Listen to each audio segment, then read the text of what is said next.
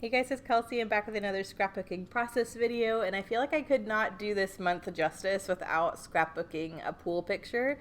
So since the theme this month is splash, I really wanted to use products and a theme that really went with that. So right away I pulled in the blue wave print from Felicity Jane. I love that paper. I feel like it's perfect for the theme.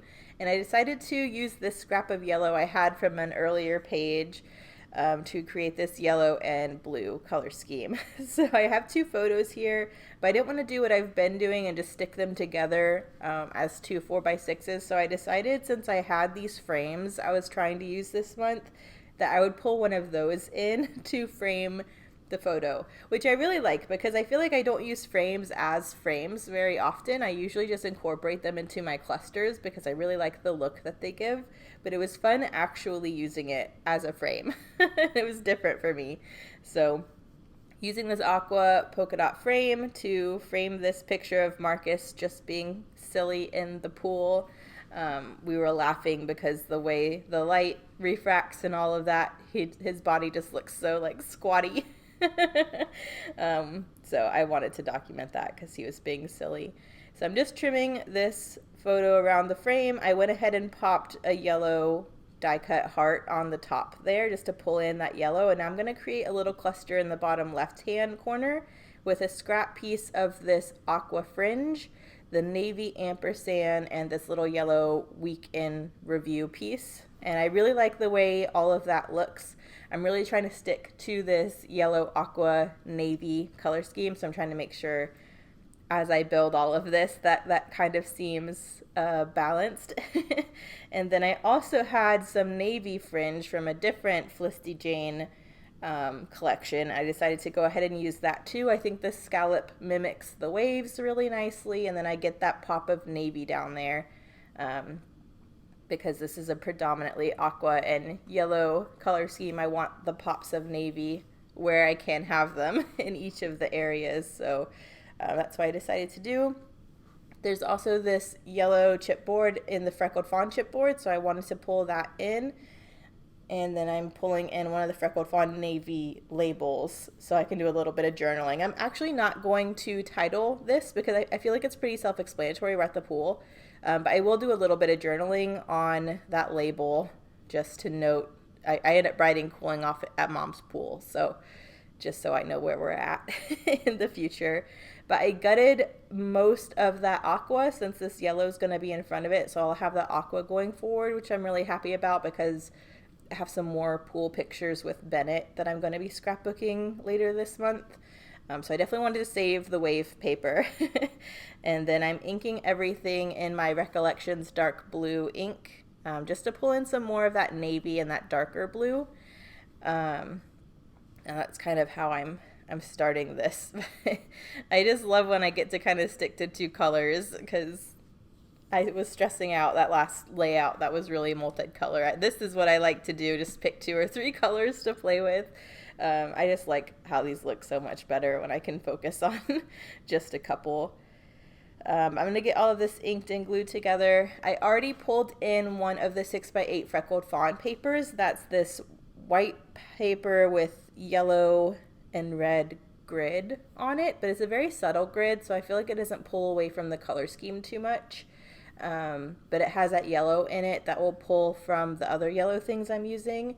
And then I will end up matting my 4x6 on some white and then inking all of it in blue to kind of pull the blue in a little bit more. But first I need to get my 12x12 glued back together.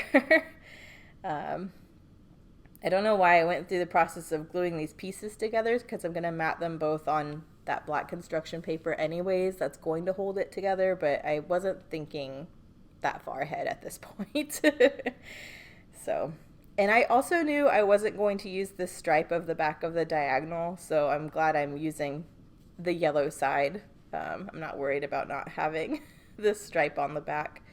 And then I really wanted to try to get a branding strip used up, and there's this kind of aqua scallop branding strip that kind of also mimics waves. So I just put that along the bottom of the page just because the Yellow diagonal wasn't perfectly square, so there was a slightly larger gap on the bottom, and I wanted a branding strip anyways, so I decided just to use it there. Because I don't normally use branding strips like that. They're usually in my clusters, or they're, going over the main part of the page, but I like it down there, and it accentuates the waves some more. So now I'm trying to put my layers back together so I can start gluing down the main part of all of this. So I'm going to ink this grid, and then I can't remember if I got this grid or not, because I think I still have another one of those papers. I can't remember if I do want to try to gut everything, so I have as much as I can going forward, but I also don't want a ton of the Freckled Fawn 6x8 scraps left over at the end of the month, so we'll see. But here is the white that I'm going to mat the 4x6 in. So I'm just trimming and inking that. And I love what the blue does at the edge of that. I think it's funny, Bennett always says that this is coloring the edges when I ink the edges. And he says he doesn't know why I do it, but hopefully he can see in this video the blue edge around everything.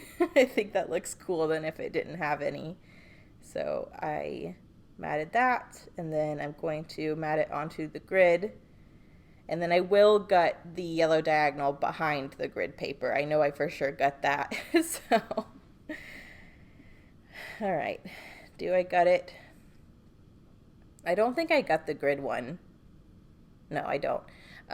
Which is good. I didn't need a ton of that paper, but I definitely got the yellow diagonal because I want more of that going through this month.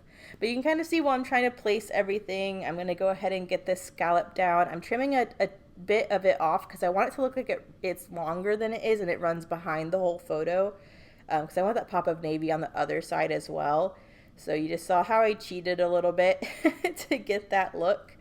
And then I just wanted something else to beef out this frame cluster a little bit. So I'm just going to add a doily behind that to give me a pop of white and just kind of an extra little bit there. So I'm going to get that glued down. I love this little frame. This frame is so cute. And I really like the clusters that are on it. It just makes me happy.